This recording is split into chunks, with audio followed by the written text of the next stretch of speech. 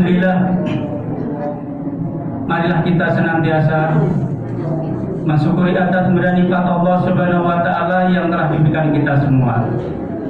Mensyukuri nikmat iman, nikmat Islam, nikmat kesehatan, dan juga nikmat-nikmat lainnya. Apabila kita disuruh menghitung nikmat-nikmat pemberian Allah itu satu persatu, tentunya tidak akan sanggup menghitungnya. Maka mumpung masih kita diberi kesempatan hidup di dunia ini, marilah kita pergunakan sebaik-baiknya untuk mengabdi beribadah Allah Subhanahu wa Ta'ala. Salawat serta salam semoga senantiasa terlimpah curahkan kepada junjungan Nabi kita Muhammad sallallahu alaihi wasallam beserta keluarganya, sahabatnya, pengikutnya sampai akhir zaman. Hadirin jemaah tarawih yang sama-sama mengharapkan kasih sayang dan ridho dari Allah Subhanahu wa Ta'ala. Alhamdulillah, sampai saat ini kita masih diberi kesempatan yaitu untuk melaksanakan, itu untuk saum dan juga untuk melaksanakan tarawih dan ibadah dan lainnya. Semoga Allah Subhanahu wa Ta'ala telah memberikan umur ini, sisa umur ini, mudah-mudahan umur yang berkah dan barokah dan umur yang bermanfaat. Mudah-mudahan hidup kita selalu dibimbing oleh Allah Subhanahu wa Ta'ala. Amin ya Allah ya Rabbal alamin. Hadirin rahimahullah, bahwa kita semuanya yaitu di bulan Ramadan, tentunya orang-orang yang berimanlah yang dipanggil oleh Allah Subhanahu wa Ta'ala untuk melaksanakan puasa. Kenapa orang-orang yang beriman yang dipanggil saja untuk puasa? Karena mereka punya pedoman. Orang yang beriman adalah punya yaitu pondasi. Pondasinya apa ya? Iman. Takullah, yaitu takullah, takwa, takut kepada Allah Subhanahu wa Ta'ala. Takut apa? Yaitu takut mengingkari atau termasuk mengkhianati atau mengabaikan aturan-aturan Allah dan Rasulnya. Beruntunglah kita orang yang beriman kepada Allah Subhanahu wa Ta'ala yang selalu dipanggil yang masih hidup tentunya. Ya ayyuhalladzina amanu kutiba alaikumus syiyam kama kutiba alal ladzina min qablikum la'allakum tattaqun. Wahai orang yang beriman, diwajibkan atas kamu berpuasa sebagaimana diwajibkan atas orang yang terdahulu agar kamu bertakwa. Jadi orang yang beriman ini kalau diwajibkan untuk berpuasa, melaksanakan puasa, yaitu puasa itu dari jam berapa? Puasa yang kita ketahui ada dari sebelum adzan subuh sampai maghrib, itu waktu apa? Itu waktu puasa. Kalau sebelumnya ya bagi yang sudah bersuami istri, kalau sudah adzan itu nggak boleh untuk hubungan suami istri. Sebelum adzan maghrib juga tidak boleh melakukan atau hubungan suami istri. Kalau melakukan sebelum atau pas adzan subuh atau misalnya atau siangnya atau sebelum maghrib itu didenda. Didenda dengan apa? Didenda yaitu oleh Allah Subhanahu wa Ta'ala suruh berpuasa selama berapa? Gantinya itu 60 hari berturut-turut, tidak boleh selang-seling selama 2 bulan. Itu ukurannya. Kemudian bagaimana kalau tidak mampu untuk melaksanakan puasa 2 bulan berturut-turut? Yaitu memberi makan fakir miskin 60 orang jumlahnya. Itulah dendanya. Kemudian apakah kita abaikan saja atau apakah kita lalui saja, apakah kita biarkan saja hal yang kiranya aturan Allah dan Rasul itu kita abaikan, tidak kita jalankan? Tentunya akan rugi.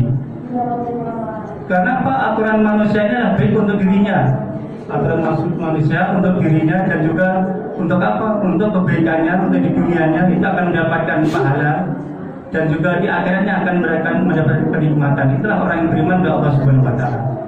Hadirin rahimakumullah. Kemudian setelah malamnya kita menjalankan sholat isya, kemudian dilanjutkan tarawih. Tarawih itu waktunya sampai jam berapa sebenarnya sih? Dan juga sholat isya itu batasnya jam berapa? Yaitu kalau kita membaca dalam surat Al-Isra, batasnya yaitu jam 12 malam, dan juga kalau kita membaca kitab Subul Salam itu jam 12 malam, itu batasnya sholat isya dan juga sholat tarawih. Jam 12, kemudian jam 12 ke atas sampai jam 1 menjelang subuh, yaitu batas sholat tahajud. Kalau kita itu, tapi kalau kita tanpa dasar ya udah subuh saat isya kan sampai sebelum subuh. Sholat tarawih kan sampai sebelum subuh, tidak, waktunya udah terbagi dua, yaitu wa mina jadi fatah aja bina bilatara asaka robuka maqama muda. Dan sebagian malam hari suatu tahajud kamu sebagai suatu ibadah tambahan memudahkan dengan kamu mengangkat kamu ke tempat maqama muda, tempat yang tertinggi. Jadi kalau sholat tarawih itu kan langsung Ramadana imanan wa sabal dulu bilang tak pada mudati. Dan barang siapa yang puasa di bulan Ramadan karena iman dan ikhlas diampuni dosa-dosanya telah lalu. Man qoma Ramadana dan qoma Ramadan dan barang siapa yang sholat tarawih maksudnya dengan Ramadan itu sholat tarawih yaitu diampuni dosa yang telah lalu. Jadi sama sholat tarawih diampuni dosanya dan kemudian sholat apa lagi yaitu termasuk puasa tadi diampuni dosanya. Kemudian kalau malam tahajud itu apa sebenarnya sih? Kalau tahajud diangkat derajatnya, jadi diangkat oleh Allah Subhanahu Wa Taala. Jadi kan hidup ini kan ingin diangkat derajatnya, ingin diampuni dosanya, dan ingin diberi rahmat, hidayah, taufik dan keberkahan hidup, kemudahan rezeki dan berikan kemudahan segala urusannya. Itulah orang yang ingin diberikan semuanya tadi ya jalankan aturan Allah dan Rasulnya. Dengan apa kita dengan menjalankannya? Tentunya kita menjalankan dengan aturan Allah Subhanahu Wa Taala, yaitu disuruh kita itu masuk Islam secara apa? Secara seluruhannya.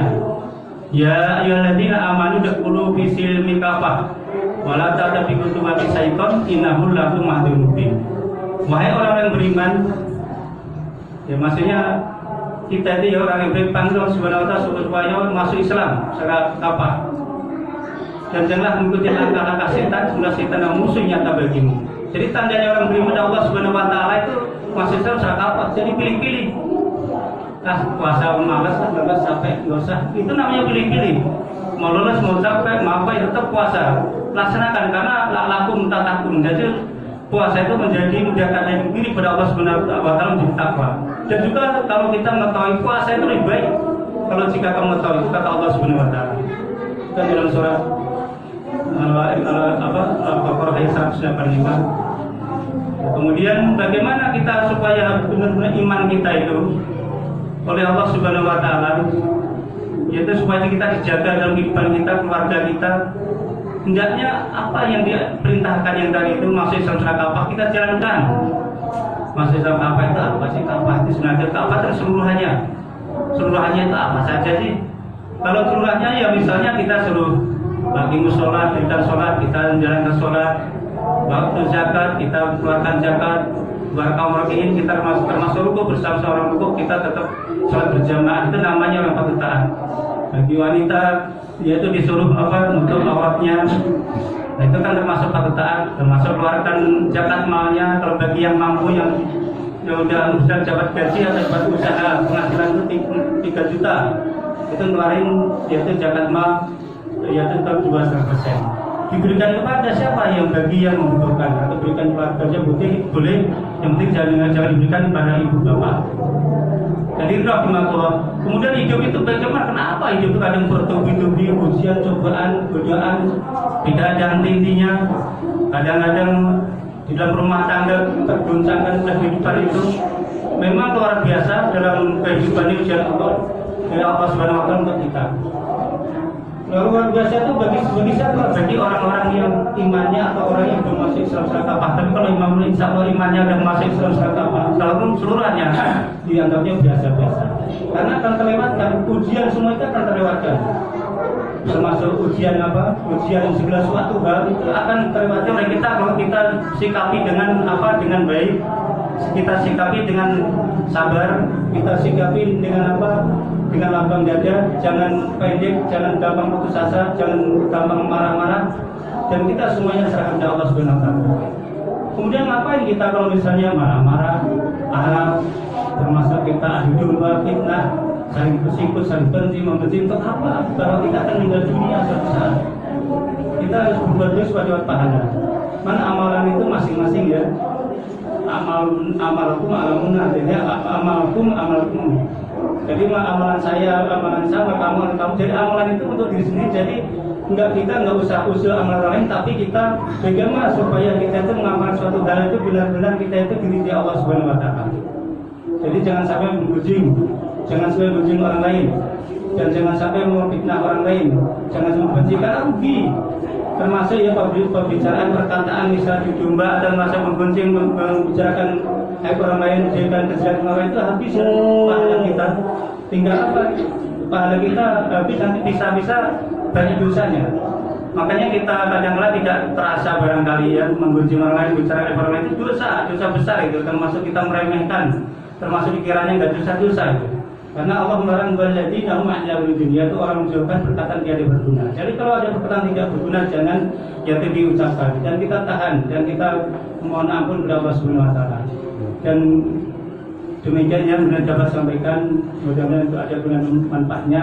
Terus kemudian mungkin pertanyaan barangkali apa misalnya saya di mimbaring bangga perhatian muslim lagi saya gitu ya, karena saya juga beberapa langkah juga ada musyawarah di depan rumah gitu ya. Mungkin ya sekitar besar inilah gitu, kalau di ukuran sekitar masuk 50 orang lah. Nah, disitulah harus apa juga. Tapi kalau ada Jumatan belum gitu, karena ada Jumatan nanti mungkin sudah anak-anak sekolah sudah masuk, kemungkinan ada Jumatan gitu. Dan sehingga mau sholat di sana terus ini sama saja berarti masjid Allah atau termasuk atau musola atau tempat ibadah. Itu tempat ibadah di mana saja itu dimakmurkan. Karena tandanya orang beriman itu makmurkan masjid atau musola. Di tempat itu untuk ibadah silahkan, insya Allah diterima sebagai ibadah itu.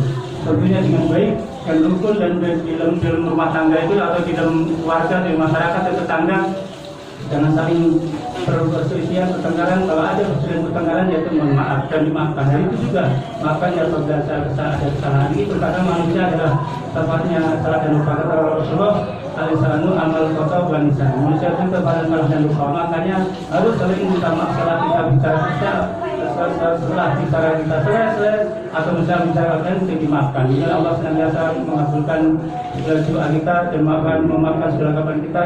Dan mudah-mudahan selalu bimbing kita sama amin amin. Demikian dapat sampaikan akhirul kalam. Wassalamualaikum warahmatullahi wabarakatuh.